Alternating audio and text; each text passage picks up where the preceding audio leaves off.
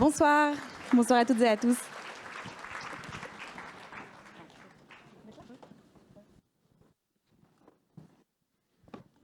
Donc bonsoir, c'est donc moi qui ai la chance de modérer ce panel post-projection.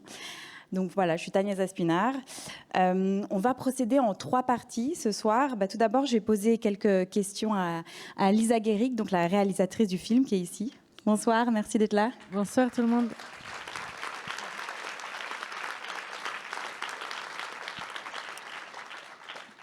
Ensuite, on passera à un panel d'invités très riche, vous le verrez, qui comprendra des protagonistes du film, un représentant du SEM, mais aussi des représentants du milieu associatif. Donc là, moi, je leur poserai quelques questions. Et ensuite, la parole vous sera donnée. Il y aura une partie de questions du public. Donc voilà, restez jusqu'à la fin. Peut-être qu'on va s'asseoir, ouais.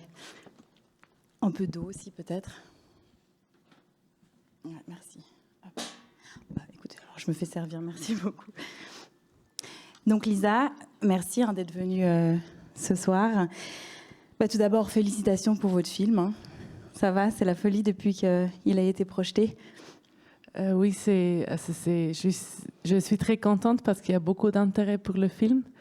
Au début, j'étais assez étonnée aussi parce que quand on a commencé le projet, j'ai souvent entendu que ah non, ne fais pas un film sur ce sujet, tout le monde on en a marre. Mais on ne peut pas avoir marre de quelque chose qu'on est responsable pour. La force de ce film, c'est que vous nous montriez en fait quelque chose auquel on n'a jamais accès avec des vraies personnes qui le vivent vraiment. Comment est-ce que vous y êtes prise pour convaincre les différents protagonistes de participer au film, que ce soit du côté des demandeurs et demandeuses d'asile, mais aussi du côté du SEM, parce que c'est des vrais employés du SEM. La côté du SEM, c'était beaucoup plus difficile pour moi pour gagner d'accès. C'est aussi parce que je suis active dans l'asile, autour de la migration depuis des années. J'ai fait des visites dans le prison de renvoi et je connaissais alors beaucoup de gens qui sont fuis. Et j'avais déjà des relations de confiance avec 2 des protagonistes dans le film. Donc là, c'était plus facile l'accès. Et 2, j'ai rencontré pour le film, mais on avait beaucoup de temps pour se connaître. On a beaucoup parlé. Et pour les gens du SEM, je voulais pas tout de suite aller demander officiellement la communication du SEM. Je voulais avant rencontrer plus personnellement pour aussi entendre les histoires pas officielles. Donc j'ai parlé avec une trentaine de personnes qui ont tous raconté de leur boulot mais voulaient pas être dans le film. Donc j'ai ouvert ma recherche pour des personnes, aussi pour des gens qui sont à la retraite et qui ont travaillé pour le SEM. Comme ça, j'ai rencontré Demian, le jeune homme, et lui, il m'a beaucoup aidé avec des autres. Comme ça, c'était un peu un net. Oui. Un réseau qui s'est mis en place. Oui.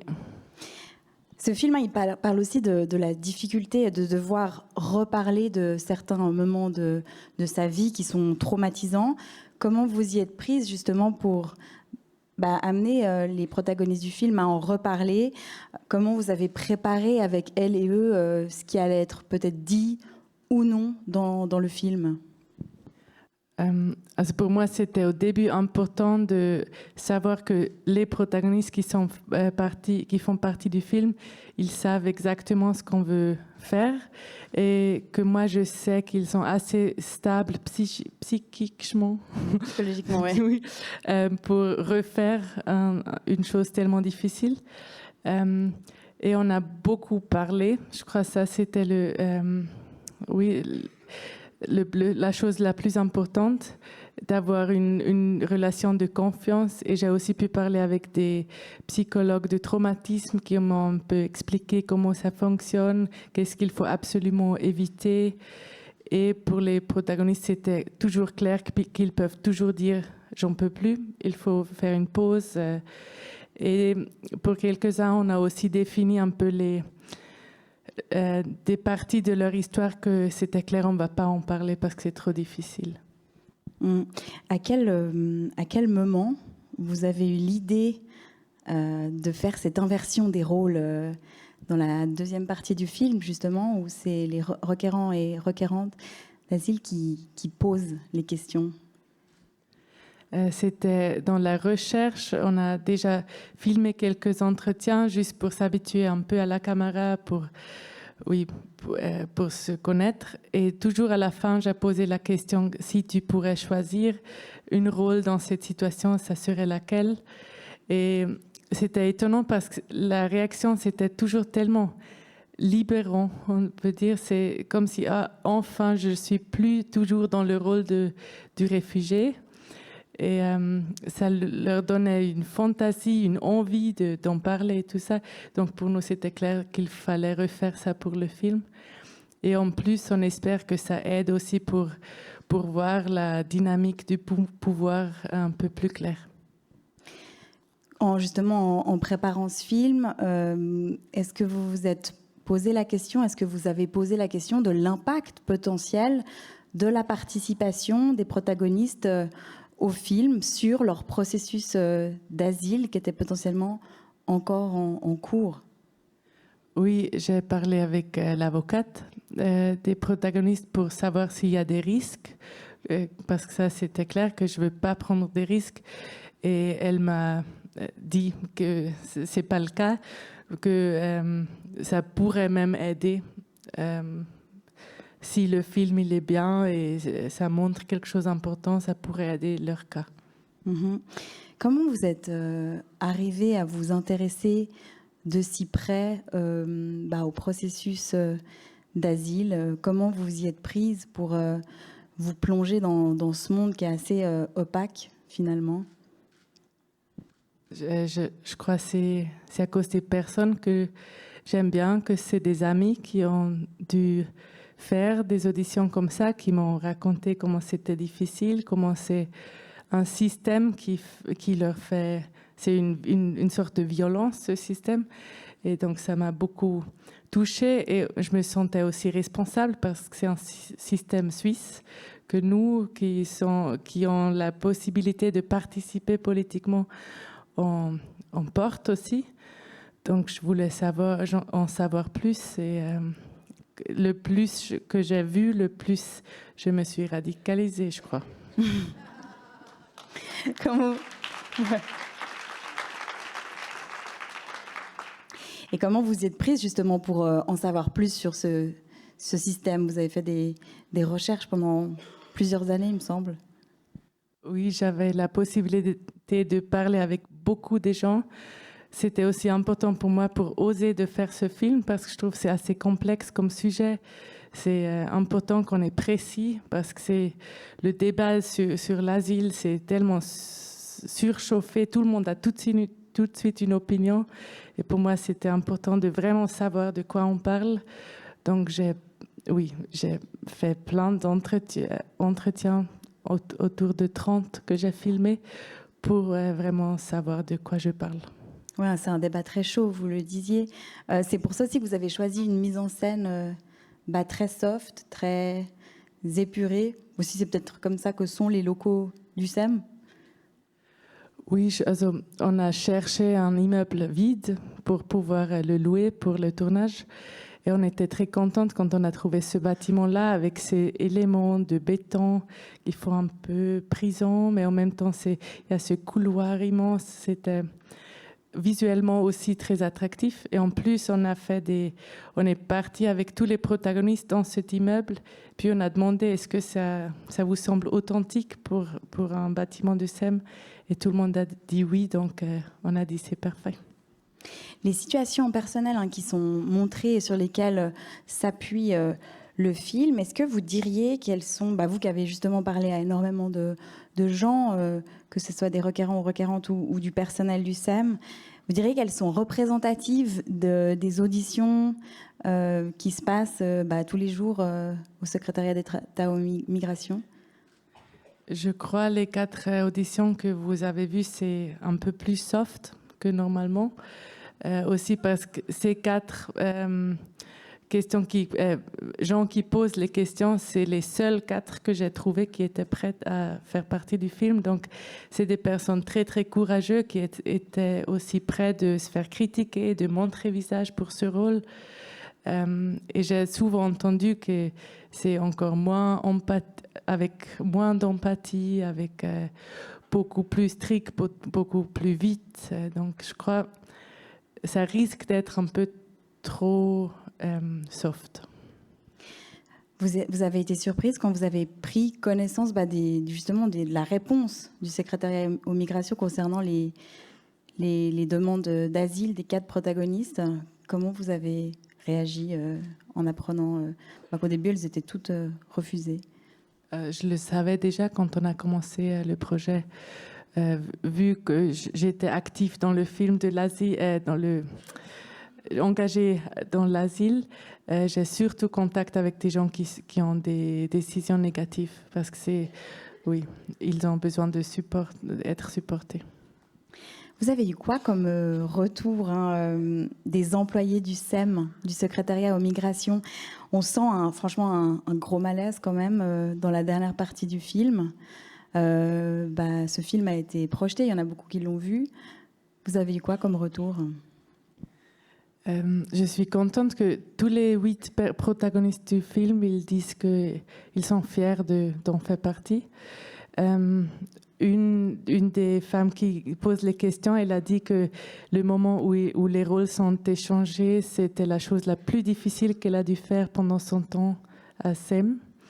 Ça m'a étonnée. Mais sinon, pour moi, c'était important que tous les protagonistes ont vu le film avant qu'un public a vu le film et qu'ils sont tous d'accord avec, qu'ils se sentent à l'aise avec, et ça, c'est le cas. Il y a eu une validation du service communication du SEM où vous étiez libre une fois qu'ils vous avaient donné la permission de le faire? On était libre. Ils sont venus voir le tournage un jour, juste pour voir ce qu'on fait. Et ils ont aussi voulu voir le film avant qu'il est en public.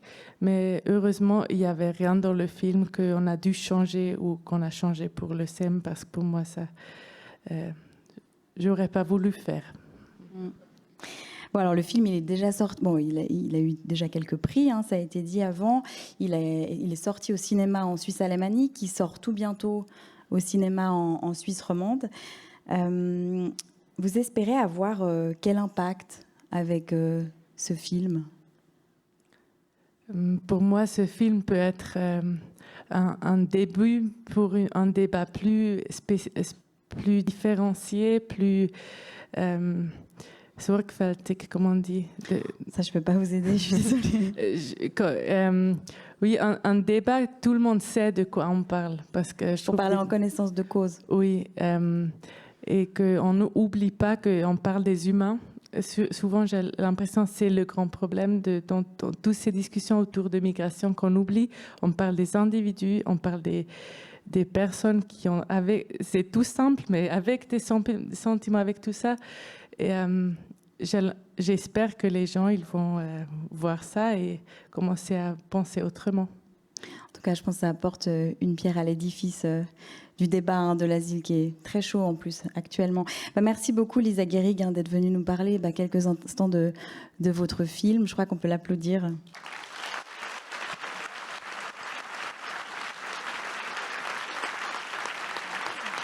Merci.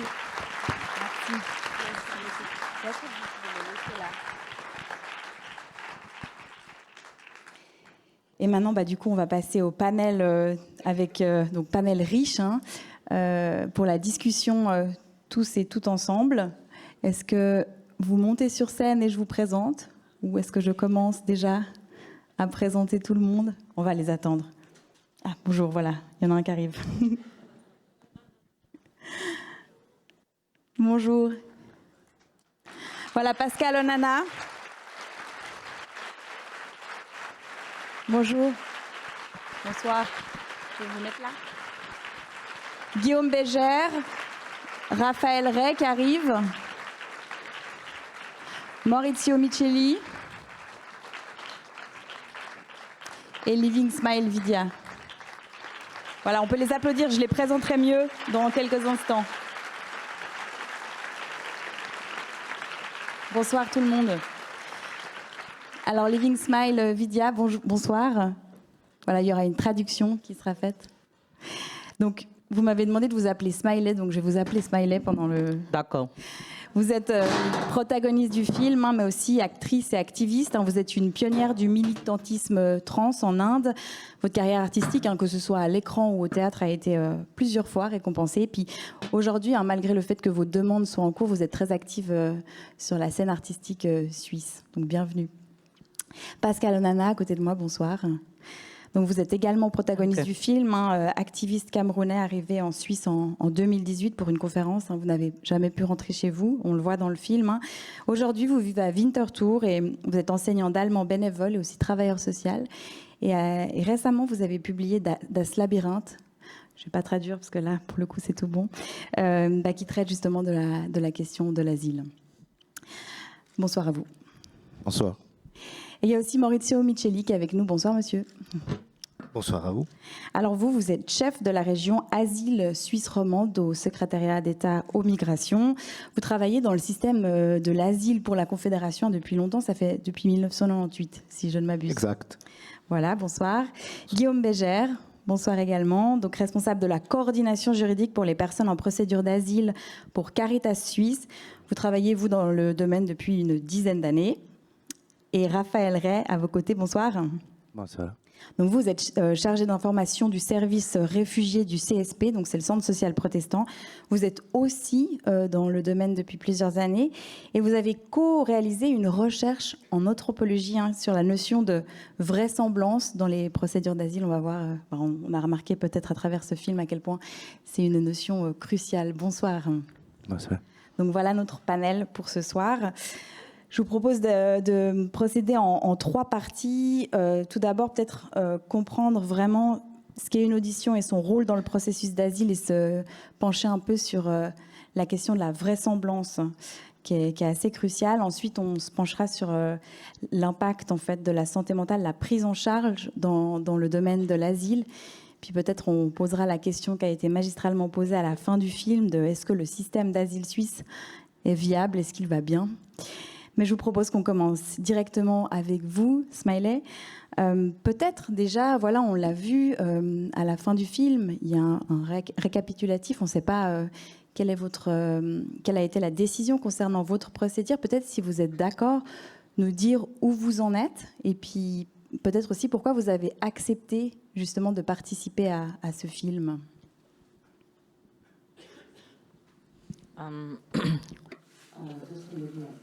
Alors, pour ce qui est de mes nouvelles, eh bien, il n'y a pas de nouvelles. J'en suis toujours au même point. Je suis dans les limbes, j'attends. Voilà. Et votre deuxième question ? Pourquoi vous avez accepté de participer à ce film ?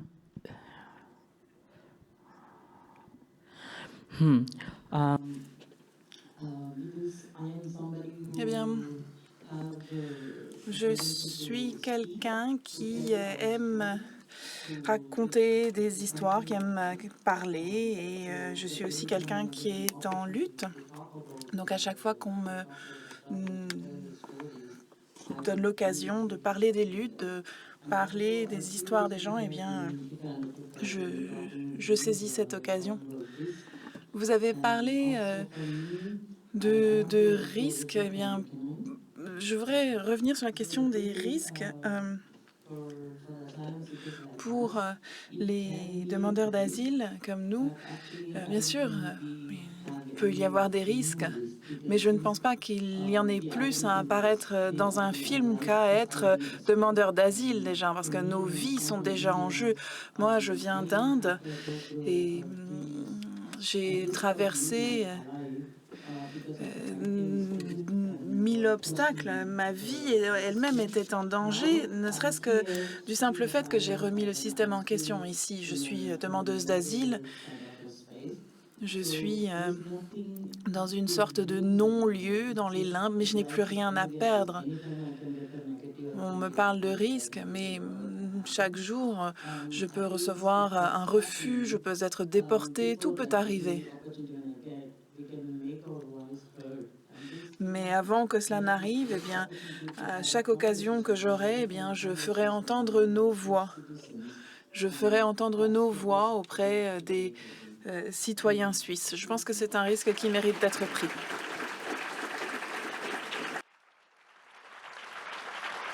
Pascal Onana, je vais vous poser la même question. Si vous êtes d'accord, vous en êtes où et pourquoi vous avez accepté justement de participer? Merci. Une fois de plus, bonsoir à tout le monde.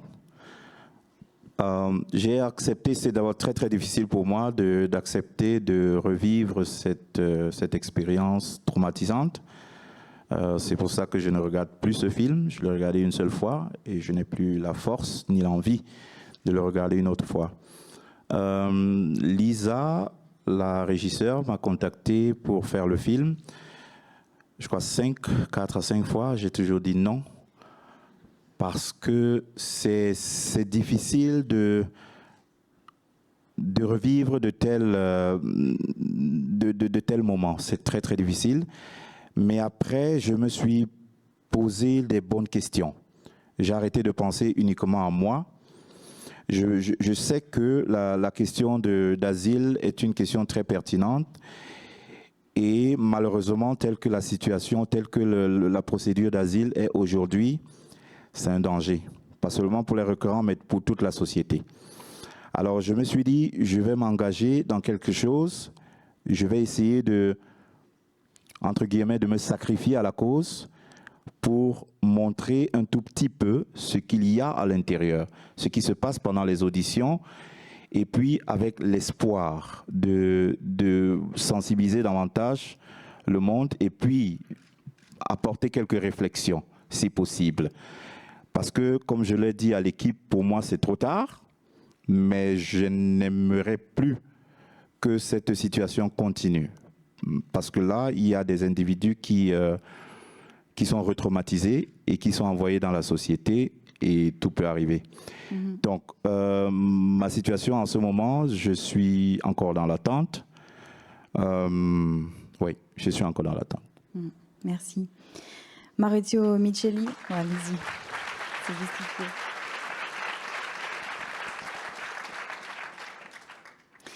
Maurizio Micheli, le secrétariat d'État aux migrations, donc, a aussi accepté, on le disait, d'être dans ce film, puisque ce sont des vrais employés.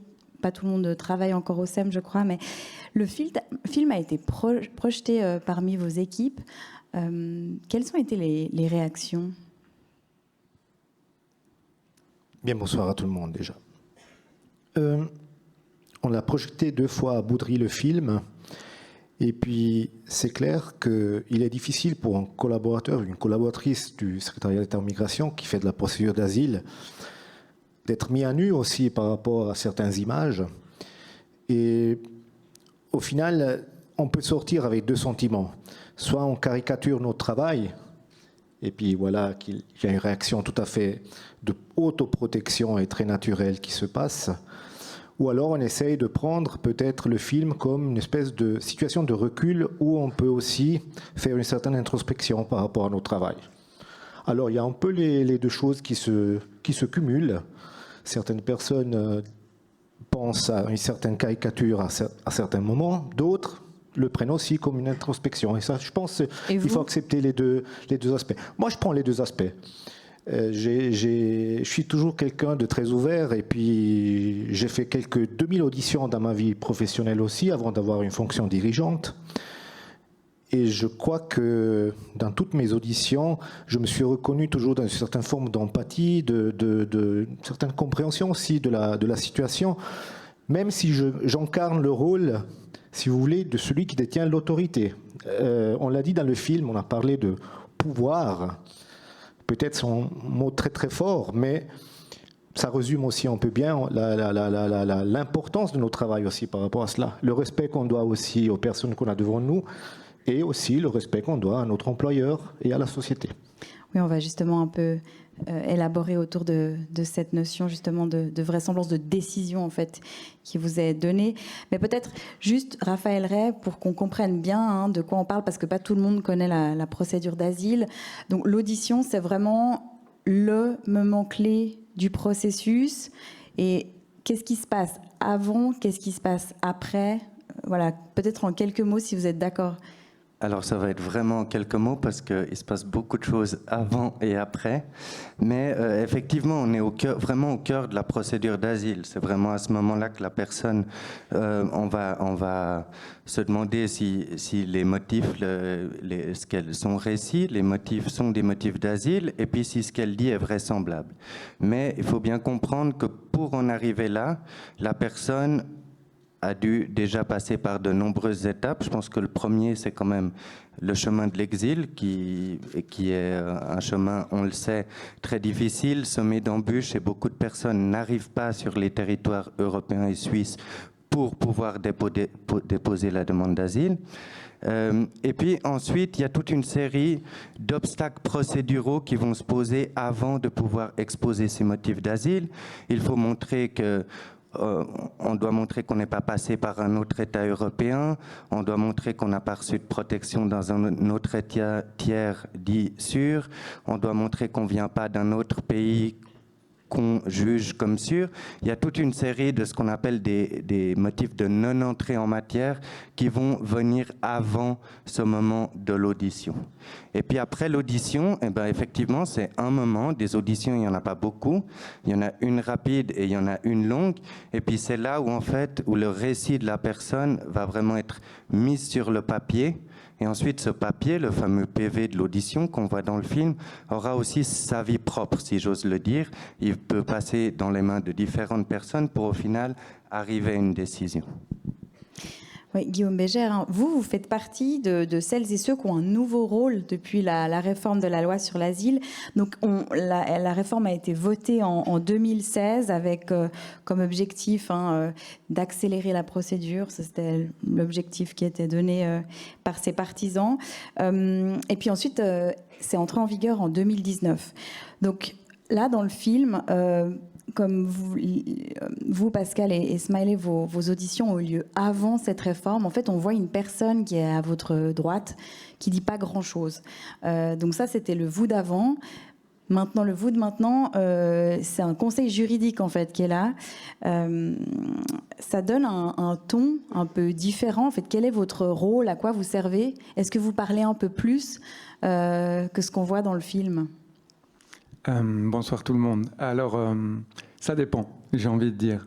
Mais comme Raphaël Rey l'a très justement expliqué avant, tout ce qui se passe en amont de l'audition est important pour arriver à ce moment un peu de vérité, à cette étape clé de la procédure.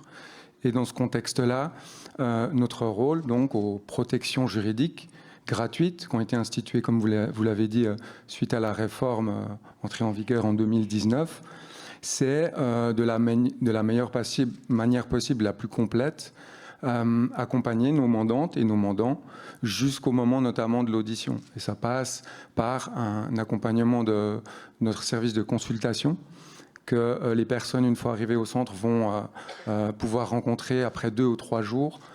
Donc l'idée, c'est d'expliquer qu'est-ce qu'on fait là au milieu, Caritas Suisse, le fait qu'on est là pour les aider à préparer les étapes suivantes de la procédure, pour les aider aussi à relayer des problématiques, des thématiques en lien avec leur situation dans le centre fédéral, en lien peut-être aussi avec leur motif d'asile.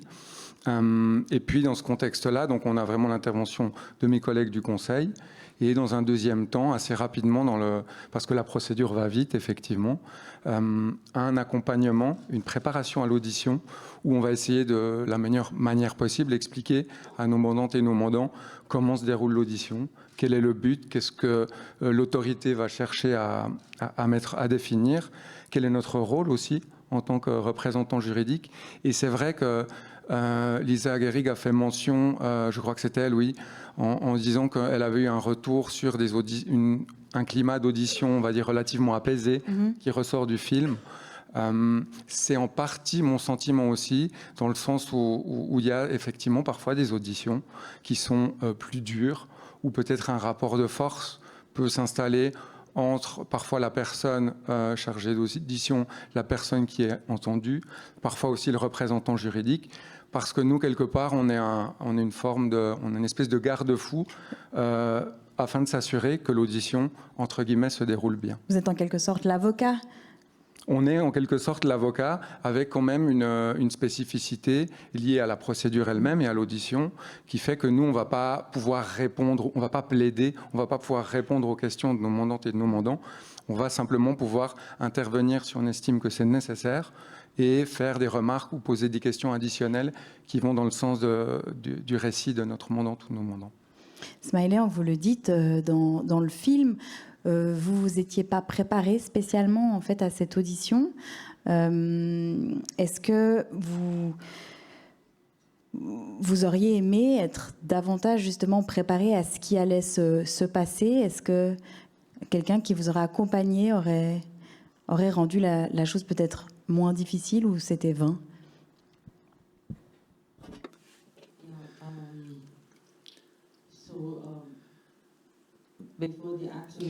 Oui, alors avant l'audition, on m'a informé, parce que j'ai parlé à mon avocate à ce moment-là, elle connaît toute mon histoire, elle sait ce qui m'est arrivé.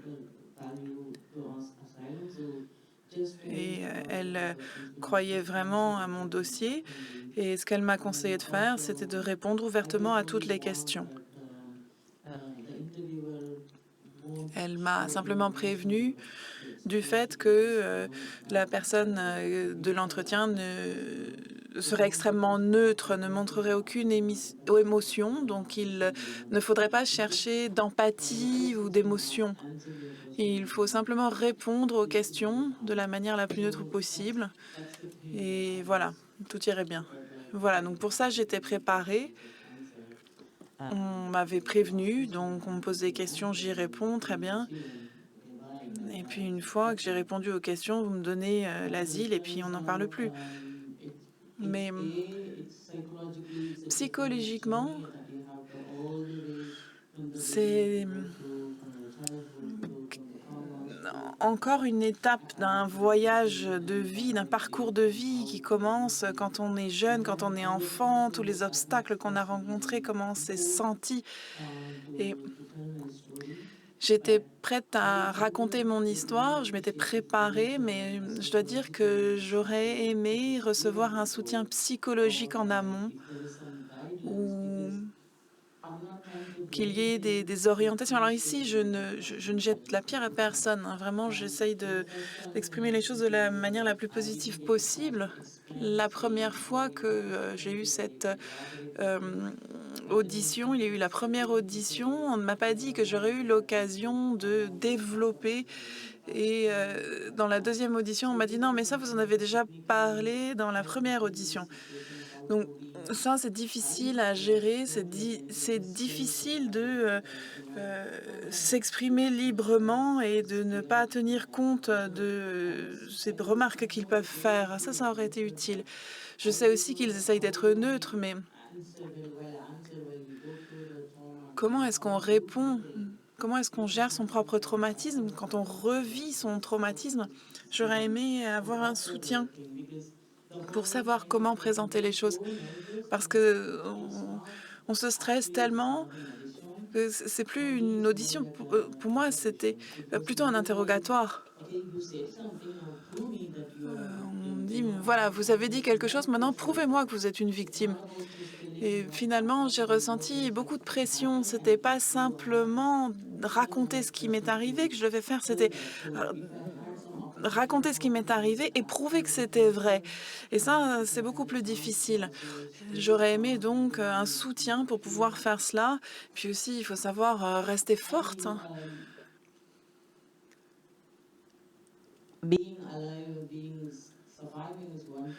Être vivant, survivre, c'est une chose, mais revivre ce qu'on a vécu, encore une fois, même pour ce film, on a dû revivre les choses. Bon, là, c'est pour la bonne cause, hein, c'est pour ma bonne cause, je comprends bien, mais c'est difficile à expliquer.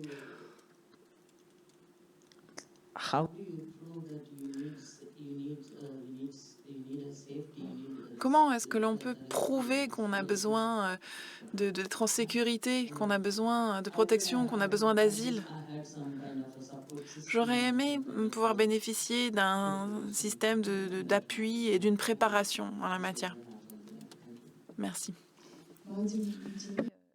Ismaël pose la question, hein, comment est-ce qu'on prouve, en gros, c'est la vraisemblance du récit qui l'emporte pour la décision du SEM. Sur quoi on se base très concrètement pour juger qu'un récit de vie est vraisemblable? Peut-être, mettons déjà une petite précision. On ne parle pas d'un récit de vie, on parle de motif d'asile. Et ça, c'est déjà la première chose qui est très importante. Notre rôle est de déterminer si une personne sera reconnue en tant que réfugié en Suisse ou pas. Ça, je pense, c'est très important parce que sinon, on fait un peu une confusion entre un service qui est le nôtre, qui doit se déterminer sur la qualité de réfugié d'une personne. Ça peut être peut-être un peu trop dur à l'entendre, mais c'est notre travail, en fait.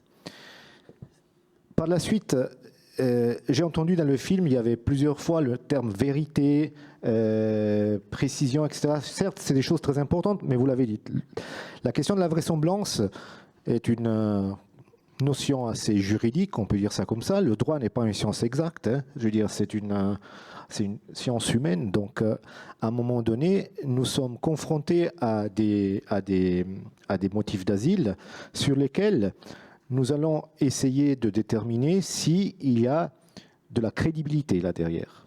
Déjà, il faut que ce soit pertinent par rapport à la loi. Hein. On l'a cité, on a reproduit l'article 3 de la loi sur l'asile, et après sur la crédibilité. Mon ancien collègue Damien Cornu a donné un exemple qui a fait rigoler beaucoup de monde à la salle quand on lui a posé la question: est-ce que vous vous rappelez de votre premier entretien d'embauche, en tout cas quand vous avez été embauché au SEM?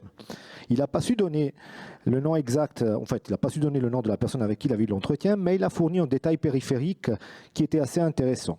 C'était celui, il était dans la baignoire quand il a reçu l'appel de son employeur, dans son futur employeur. Et voilà, ce détail périphérique ajoute de la vraisemblance, ajoute du vécu. La vraisemblance peut être liée à un vécu très personnel reporté de manière très spontanée et claire. Ça peut être aussi un récit qui est témoigné par certains faits notoires, un récit qui peut être témoigné par des moyens de preuve, ainsi de suite. Ce qu'il faut voir, c'est qu'il n'y a pas une checklist de vraisemblance qui est quelque part présente sur le bureau d'un collaborateur ou d'une collaboratrice, sur laquelle on pointe des vues, et puis à la fin on dit « Ah super, il y a un score de X, donc c'est plutôt positif ». C'est le tout qu'il faut examiner. Si quelqu'un vous dit j'étais membre dirigeant d'un parti politique, on peut s'attendre de cette personne qu'elle puisse donner des détails assez importants. Si par contre vous avez devant vous une personne qui a un niveau d'instruction plus bas, il est clair aussi que les questions et les réponses devront être examinées par rapport à son niveau d'instruction. Donc la vraisemblance n'est pas... La vraisemblance n'est pas une science exacte, mais c'est un cumul de facteurs qui doit déterminer si la personne rend crédible une persécution déterminante en matière d'asile. Mais il n'y a pas une forme de paradoxe entre le fait qu'on demande aux requérants et requérantes d'asile de prouver par A plus B de manière quasiment scientifique les motifs de sa demande et un certain flou, une certaine peut-être subjectivité autour des critères justement de vraisemblance? C'est du droit. Est-ce que le droit est une science... Encore une fois, est-ce que le droit est une science exacte? Est-ce que dans n'importe quelle branche du droit, est-ce que vous pouvez poser la même question et obtenir la même réponse? C'est exactement la même chose. C'est une réponse de juriste que vous nous faites là. C'est pas une réponse du juriste, c'est... Smiley, vous vouliez réagir? Yeah. Oui. Alors, très respectueusement, lorsque vous nous dites ce ne sont pas les histoires de vie que nous écoutons, ce sont les motifs de demande d'asile. Mais on peut se poser la question également, est-ce que la personne qui mène l'entretien connaît le contexte culturel dont on vient? À un moment, on me posait la question, mais pourquoi est-ce que vous n'êtes pas allé porter plainte à la police? Mais c'est difficile pour moi d'expliquer. Vous savez, prendre les transports en commun en Europe, c'est pas la même chose que prendre les transports en commun en Inde. Nous sommes très vulnérables. Lorsque je dis quelqu'un m'a attaqué parce que j'étais nue sur scène et que j'explique cela à la police, alors je vais subir des conséquences également. Alors la police va me demander, mais vous êtes une femme trans, pourquoi est-ce que vous étiez nue sur scène? Et ensuite, ils vont me poser la question, mais qu'est-ce que vous avez entre les jambes? Ils vont parler de ma dysphorie de genre. Et ensuite, ce sera de ma faute, finalement.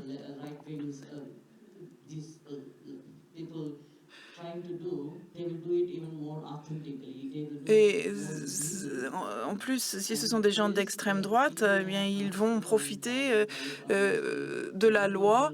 Et en Inde, les personnes vulnérables, les communautés vulnérables, les femmes n'osent pas aller devant la justice, devant la police.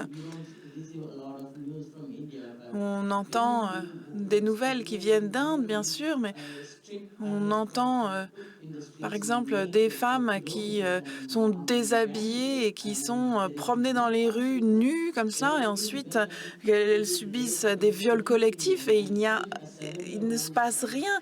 Des hommes qui tuent un enfant de 6 ans, ensuite on attrape le corps par la jambe et le jette comme ça. Mais ces gens sont libres. Ces gens sont libres. Donc nous ne pouvons pas simplement nous tourner vers les commissariats. Et ça, c'est quelque chose qui est difficile d'expliquer ici. Si la personne qui mène l'entretien n'est pas consciente de ça, comment est-ce qu'on fait? Parce qu'ici, je sais qu'on peut aller à la police, on peut faire... Mais en Inde, ça marche pas comme ça. Ça marche pas comme ça en Afghanistan. Ça marche pas comme ça en Iran non plus.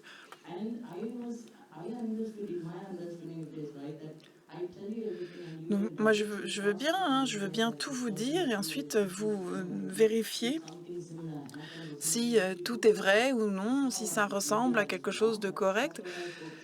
Moi, ce que j'espère, c'est que vous serez en mesure de vérifier que tout est vrai. Mais je ne veux pas qu'on me dise que je mens alors que la personne n'est pas sensibilisée au contexte d'où je viens. Parce que sinon... ils nous disent, vous êtes jeune, vous parlez anglais. Qu'est-ce que vous voulez que je fasse? C'est pas parce que je parle anglais que je peux me défendre d'un violeur. C'est pas ça qui va empêcher quelqu'un. Il s'en fiche de la langue que je parle, de l'âge que j'ai. Enfin, voilà ma situation en tant que personne trans. Et c'est important. Vous me demandiez comment on peut être préparé. Eh bien, je pense que les personnes qui mènent les entretiens doivent également être mieux préparées culturellement. Alors, je sais qu'ils ont fait des recherches et ils ont lu mon autobiographie.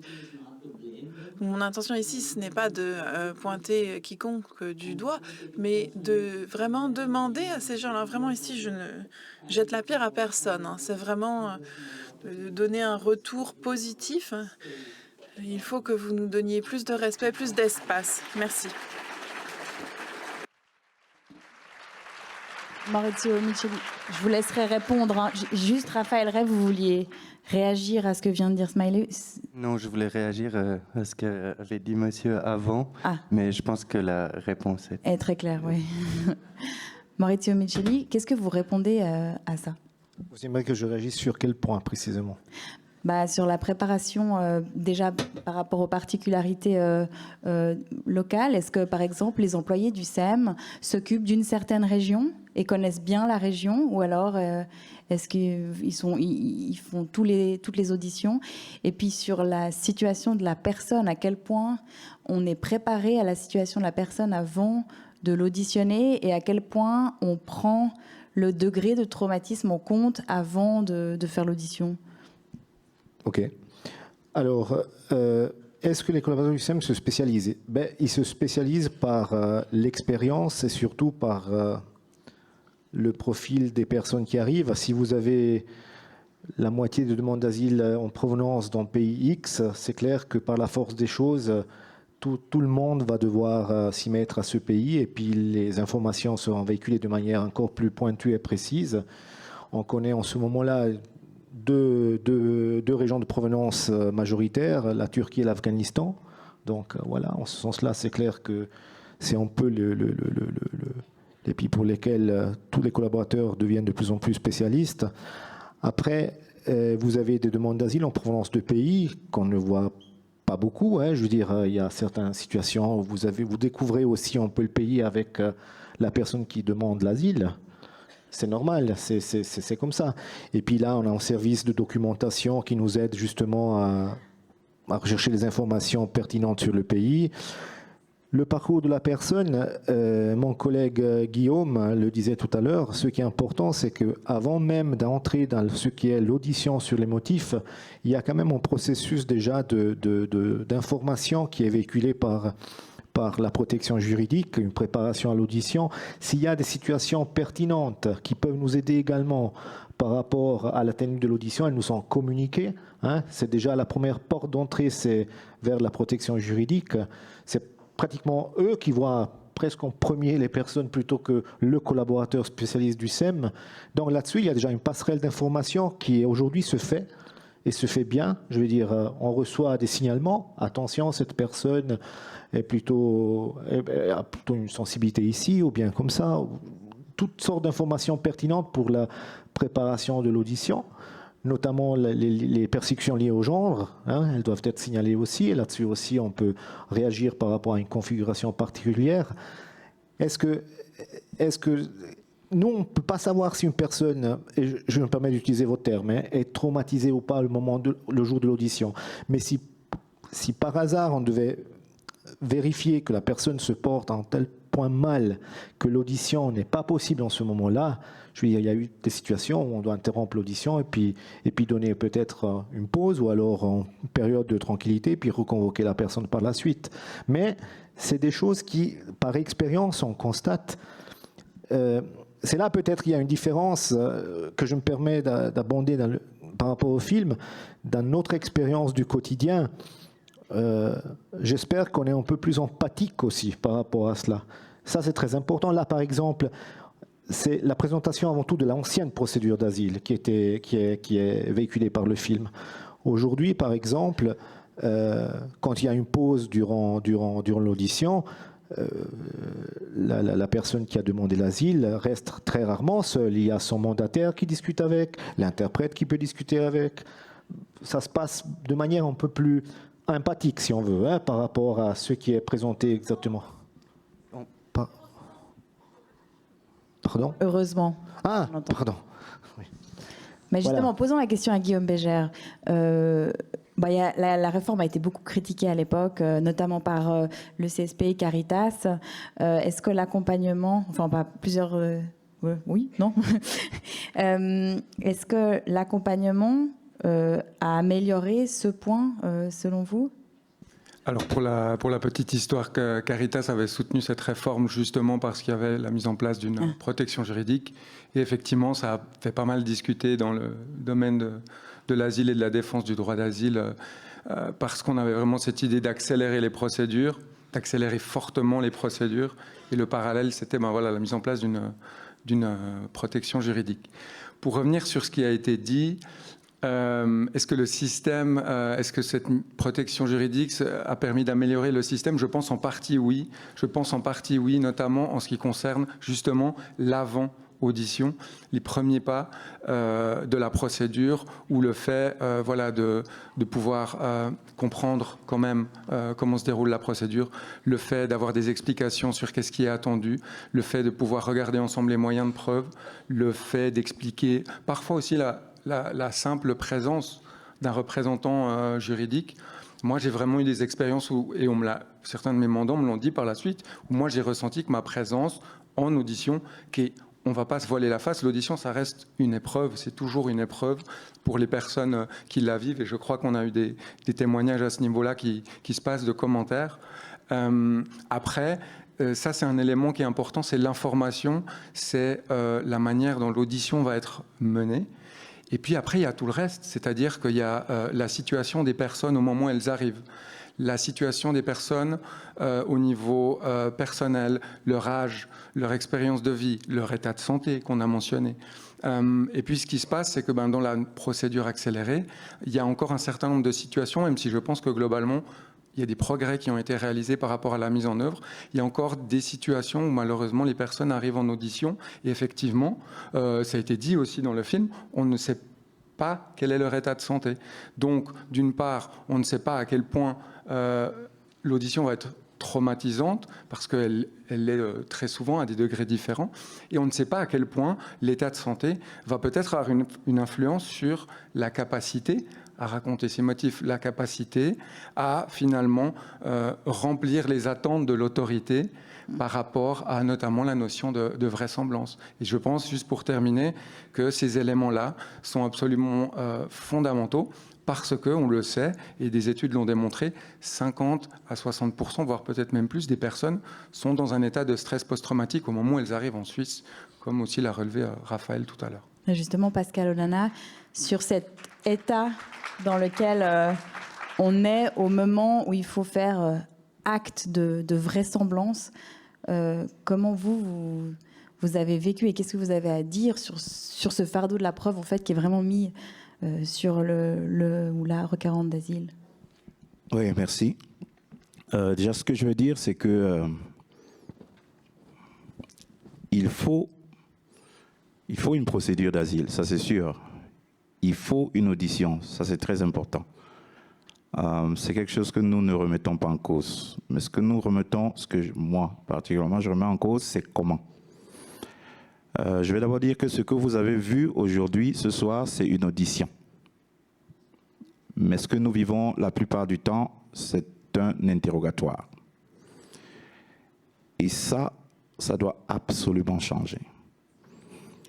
En général, pendant les auditions, il est fait fi, et j'ai entendu ça de temps en temps, l'humain, la personne dans le besoin, dans l'urgence, est parfois considérée comme une personne capable. Vous avez dit que des fois, on est traumatisé à différents degrés, et on ne sait pas à quel degré est traumatisé le requérant d'asile qui arrive. Et ça, c'est déjà un problème. Parce que si on ne sait pas à quel degré quelqu'un est traumatisé, comment est-ce qu'on va faire pour conduire une interview avec quelqu'un pareil? Et après l'audition, pendant l'audition, c'est très bien qu'il y ait déjà des avocats qui informent avant sur les droits, sur la loi, c'est très très important. C'est très important qu'il y ait une personne de confiance peut-être pendant l'audition également, ça c'est très bien, ça c'est un progrès, quand c'est bien, il faut le dire. Mais je dis, entre un juriste et un psychologue, il y a une grosse différence. Le juriste ne saura pas comprendre une personne qui est retraumatisée. Il peut avoir une certaine empathie, ça il le faut d'ailleurs, mais comment comprendre une personne qui arrive, comment comprendre son degré de traumatisme? Pendant l'interview, comment savoir que cette personne est vraiment dans une urgence? Moi, ça m'est arrivé personnellement. Ou quelqu'un de mon état aussi costaud qui n'a jamais craqué, mais craque pendant l'interview. Mais l'intervieweur en face de moi, il n'a même pas su quoi faire. Même pas su quoi faire. On ne va pas compter sur des interprètes pour jouer le rôle de psychologue. Moi, je trouve ça quand même... voilà, ça vient de notre monde, là. Et puis à la fin de l'interview, qu'est-ce qui se passe quand on a répondu à toutes ces questions? Quand on est retraumatisé, qu'est-ce qui se passe? Comment on fait? À la fin, on nous dit, merci de votre collaboration, vous pouvez rentrer. Comment on rentre? Dites-moi comment on fait pour rentrer. Après mon interview qui a commencé à 9h et fini à 18h, et on m'a demandé de rentrer, j'ai attendu 2 heures à Berne, là, 2 heures parce que je ne savais même pas où j'étais. Il m'a fallu 2 heures pour savoir où je suis avant de revoir l'arrêt du tram et rentrer. Comment on fait ça? Et en route, qu'est-ce qui se passe dans nos têtes? Et quand on arrive dans les camps d'asile, comment on gère la suite? Comment on gère la suite en société? Je trouve que ça, c'est des questions assez pertinentes. Je ne suis pas du tout contre l'interview, il en faut. Parce que l'interview, c'est un moyen d'avoir des éléments de vérité, mais ce n'est pas le seul moyen. Mais parfois, énormément de pression sont mises sur l'interview, qu'on a l'impression que tout se joue là-dessus. Et si on n'est pas capable de répondre, alors on a tout perdu. Et dès le début même de l'interview, parfois c'est cela. Quand on nous lit nos droits, et en fait des droits qui sont en fait des obligations, où on nous dit vous avez le droit de coopérer, vous devez dire toute la vérité. Vous pouvez ne pas répondre à certaines questions, mais si vous ne le faites pas, le mais arrive. Ça peut avoir des conséquences sur la suite de la procédure. Alors, comment on fait ça? Donc, ce qui fait qu'on commence une audition déjà sous le stress, en sachant qu'on a l'obligation de répondre. Et à un moment, des fois, on ne peut pas répondre. Des fois, on ne veut même pas répondre. Des fois, on n'est même pas préparé à le faire.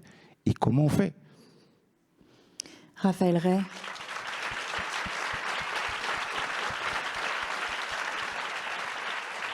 Merci. Raphaël Ray, vous je vouliez voulais réagir? simplement poursuivre ce que vous disiez, puis je pense qu'on a évoqué ce rapport de pouvoir de l'audition au tout début, puis je voulais quand même insister là-dessus parce que on a vraiment ce rapport de pouvoir qui est installé effectivement dès le début. Il faut bien se rappeler, et vous l'avez dit aussi, que le but de cette audition, c'est de pouvoir prendre une décision. Donc en fait, mettre la complexité des vies, l'épaisseur des vies dans certaines boîtes légales. Et puis ça, c'est un processus qui est de toute façon violent. Et il n'est pas violent forcément parce que effectivement le droit n'est pas une science exacte, et j'ai envie de dire heureusement qu'il n'est pas une science exacte, mais ce qui est sûr, c'est qu'il y a cet acte de devoir mettre des vies dans des boîtes. Et au final, ça va être l'institution qui va décider ce qui est retenu pour la personne, mais aussi, et c'est souvent le cas, ce qui est retenu contre la personne. Quelle contradiction, quel micro-détail ne joue pas avec ce qui avait été dit avant. Et puis, c'est parce que c'est vraiment, pour moi, c'est là la violence qui est au cœur de l'audition, c'est que de l'incertitude qu'on a face au récit des gens, mais il faut créer une certitude légale. Il faut à un moment donné prendre cette décision, et c'est ça qui fait que c'est violent. Après, j'avais aussi envie de dire que si l'employé du SEM peut ou doit prendre cette décision, c'est pas seulement le moment de l'audition où le rapport de force est là. C'est asymétrique parce que l'employé il peut prendre la décision, et puis il faut se rappeler qu'il a l'appareil coercitif de l'État derrière lui pour faire ensuite, plus tard, appliquer cette décision, chose que les personnes n'ont pas. Et je pense que cette asymétrie de pouvoir, elle est là au cœur, et que ce n'est pas simplement d'être empathique ou non au moment de l'audition qui va changer ce rapport de pouvoir. Ensuite, j'avais quand même aussi envie de relever que heureusement que les employés du SEM sont empathiques. Mais en fait, il ne s'agit pas seulement d'une question d'arbitraire, de la manière dont les personnes abordent l'histoire, mais on est devant quelque chose qui est commun et qui est systémique. Et puis, on le sait, les études, celles que j'ai faites, mais d'autres ont montré qu'il y a au sein du SEM cet habitus institutionnel, c'est-à-dire l'idée que, en fait, les employés du SEM peuvent être soft ou plus hard, mais il y a quand même cette idée de devoir détecter le mensonge, de devoir détecter l'abus pour pouvoir trier. Sur la base de quoi, pardon? Vous dites ça sur la base de quoi? Sur la base d'études sociologiques. Lesquelles? Alors, vous voulez les noms des personnes? Non, mais j'aimerais juste savoir. Je vous parle de l'étude de Laura Folter, je vous parle de l'étude de Jonathan Mia ou de Ephraim Pertner, qui ont interrogé des personnes du SEM et qui ont fait des travaux sociologiques et anthropologiques de plus de 2 ans de terrain avec des gens du SEM. Et puis, ce qui ressort de ces études, c'est justement que de l'aveu de certains employés du SEM, il est souvent plus facile de justifier une décision négative sur la base de l'invraisemblance auprès des hiérarchies. Et ça, c'est des choses qui ont été dites par des employés du SEM dans ces études.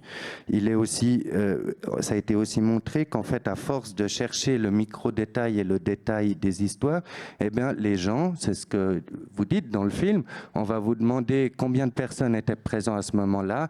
On se dit, je dois répondre. Et donc, du coup, à partir du moment où on veut répondre, eh bien, on va dire un chiffre qui ne sera peut-être pas le même que celui qu'on avait dit 6 mois auparavant, et on va venir nous le reprocher dans les auditions. Et on travaille sur le terrain, notre bureau travaille sur le terrain, et on voit quand même beaucoup de cas passer où c'est la parole des personnes qui peuvent en plus avoir l'impression que l'audition s'est bien passée. Eh bien, la parole des personnes, on voit qu'en fait, elle est retournée contre elle. On leur reproche de ne pas être assez entré dans le détail pour ci, ou alors d'être trop rentré dans le détail sur ça, de s'être contredit sur ce point ou sur ce point. Et ça, c'est des choses qu'on voit régulièrement. Et je dis ça pas seulement parce qu'on le voit, il y a quand même des études aussi juridiques qui ont été faites. Si vous voulez un nom, on pourra en parler après. On laisse vous arranger après, oui, mais on va laisser bientôt surtout, répondre. Ce que je veux dire, c'est qu'il y a des cas qui sont documentés et il y a des rapports qui sont faits sur la question où on sait que l'évaluation de la vraisemblance est restrictive. Et quand on prend une décision de l'asile, c'est pas que la vraisemblance. Ce qui se passe dans l'audition, c'est qu'on va aussi exposer des motifs d'asile. Et l'évaluation des motifs d'asile est aussi restrictive, et on sait que on voit très bien dans les décisions qu'on voit aux auditions que c'est la vraisemblance, mais c'est aussi l'évaluation de ce qui se passe dans les pays d'origine des personnes qui peuvent être aussi très restrictives. On peut croire la personne, mais elle aura quand même une décision négative. D'ailleurs, les 4 personnes du film ont eu des décisions négatives, et je ne suis pas sûr que ce soit seulement pour cause d'invraisemblance. Maurizio Micheli, je vais vous laisser répondre. C'est un peu compliqué de répondre parce que, au final, je m'explique mal alors pourquoi en Suisse on a 50% de taux de protection. Si on ajoute aussi les décisions Dublin qui sont prises, on peut plus, si on enlève les décisions Dublin, on ne pense qu'aux procédures nationales. Ça veut dire quand même que les systèmes qui voulaient accélérer les procédures, et ça c'est très important, accélérer les procédures ne signifie pas rendre plus vite des décisions négatives, signifie aussi essayer de rendre les décisions positives aussi rapidement. Donc moi, quand je vois le taux de protection en Suisse depuis en tout cas l'introduction du nouveau système d'asile, on a un taux de protection qui est malgré tout assez élevé.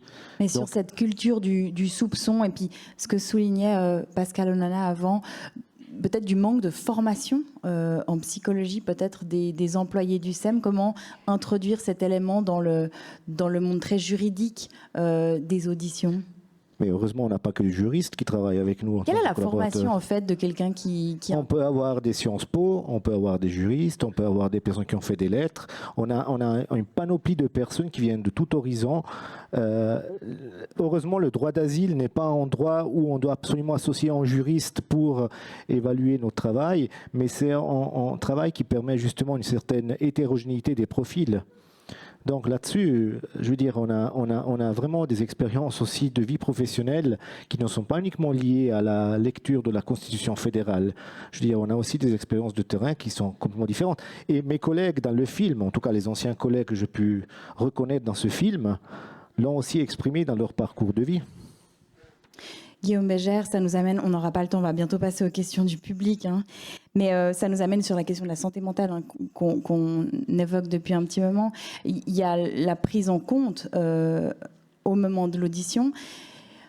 Dans l'actualité, on parle aussi très souvent du suivi, de l'absence de suivi tout au long de la procédure.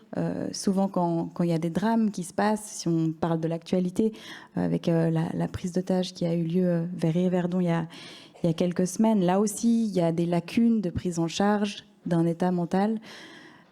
Il y a une grosse lacune à cet endroit dans le système d'asile suisse. Est-ce que c'est vous, juriste chez Caritas, qui devez pallier à ce manque? Il y a un problème? Alors non, c'est pas à nous de pallier à ce manque-là. Nous, par rapport à ça, on essaye de de mettre en lumière des situations auprès de l'autorité, de rendre attentif peut-être à des éléments qu'on détecte pour qu'ensuite la prise en charge médicale puisse débuter. Ce qui est certain, c'est que le temps de la procédure entre souvent en tension avec le temps médical. Et ça, c'est une donnée qui est fondamentale. C'est-à-dire que prenez une procédure Dublin standard, si j'ose dire, potentiellement, elle peut durer 1 mois. Pendant ce mois, est-ce que la personne aura eu le temps de se rendre à l'infirmerie? Est-ce que si elle s'est rendue à l'infirmerie, on va pouvoir mettre en place un premier rendez-vous avec un médecin généraliste? Est-ce qu'au moment où elle va aller voir ce médecin généraliste, peut-être on va la rediriger vers un psychologue ou un psychiatre? Et rien que pour ces étapes-là, ça demande du temps. De manière générale, on sait aussi que le système de santé en Suisse est quand même sous tension. Et oui, j'imagine que même si sur le papier, il y a une égalité à l'accès aux soins, dans les faits, la personne requérante d'asile aura beaucoup plus de difficultés à accéder, suivant sa problématique, suivant ses difficultés, à un médecin, parce qu'elle est tributaire, elle dépend d'autres personnes qui vont la rediriger vers une personne ou une autre. L'autre élément, c'est que effectivement, la question de l'accès aux soins, notamment psychologiques, ça reste un défi dans le contexte de la procédure. Je l'ai dit avant, plus de la moitié des personnes arrivent avec des stress post-traumatiques. Alors, le temps de la procédure, il y a des possibilités d'adaptation au niveau de la procédure. Vous avez ce qu'on appelle la procédure étendue, notamment si l'état de santé doit être plus instruit. Dans les faits, il y a des situations où on sait que c'est compliqué de pouvoir avoir un état de fait au niveau de la santé qui est satisfaisant, tant au niveau, encore une fois, du déroulement de l'audition que de sa prise en compte peut-être dans la décision par la suite. Smiley, vous vouliez réagir? Yeah, I want to agree. Oui, en fait, je voulais dire que j'étais d'accord avec ce qui vient d'être dit. Most of Bon, là, je vais m'exprimer au nom des queers ou des personnes trans, mais en général, nous ne savons même pas que nous avons le droit de demander ce soutien ou ces soins. La plupart des personnes que j'ai rencontrées qui avaient des problèmes psychologiques ne savaient même pas qu'ils avaient le droit de voir quelqu'un, et c'est moi qui les en ai informés. Dans mon pays d'origine, les choses ne sont pas du tout pareilles. Ici, c'est vraiment extraordinaire, mais y avoir accès, au début, ce n'est pas simple. Mais une fois qu'on y a accès, les soins sont vraiment extraordinaires. ask for help. Mais la personne doit savoir qu'elle a le droit de demander de l'aide. Une fois qu'elle demande de l'aide, elle l'obtiendra. C'est quand on est au bout du rouleau qu'on n'en peut vraiment plus, qu'on obtient de l'aide. Mais les queer ou les personnes trans souffrent souvent en silence. Elles vont moins facilement dire j'ai besoin d'aide. Parce que, vous savez, je suis désolée, bon, je suis pas vraiment désolée, mais c'est un fait. En général, ce monde est est adapté plutôt aux personnes cis et pas à nous. Et c'est le cas dans les camps aussi. Et je ne me suis jamais sentie en sécurité dans les centres. Moi, j'ai tendance à m'exprimer. C'est mon avantage, donc je demande et j'exige, mais ce n'est pas le cas des autres, parce que nous vivons dans une situation qui ne nous permet pas de nous exprimer. S'exprimer, ça nous met en danger, en fait. Donc, savoir qu'on a le droit de demander de l'aide, ça peut tout changer. Si on ne sait pas qu'on y a accès, qu'on a accès aux soins,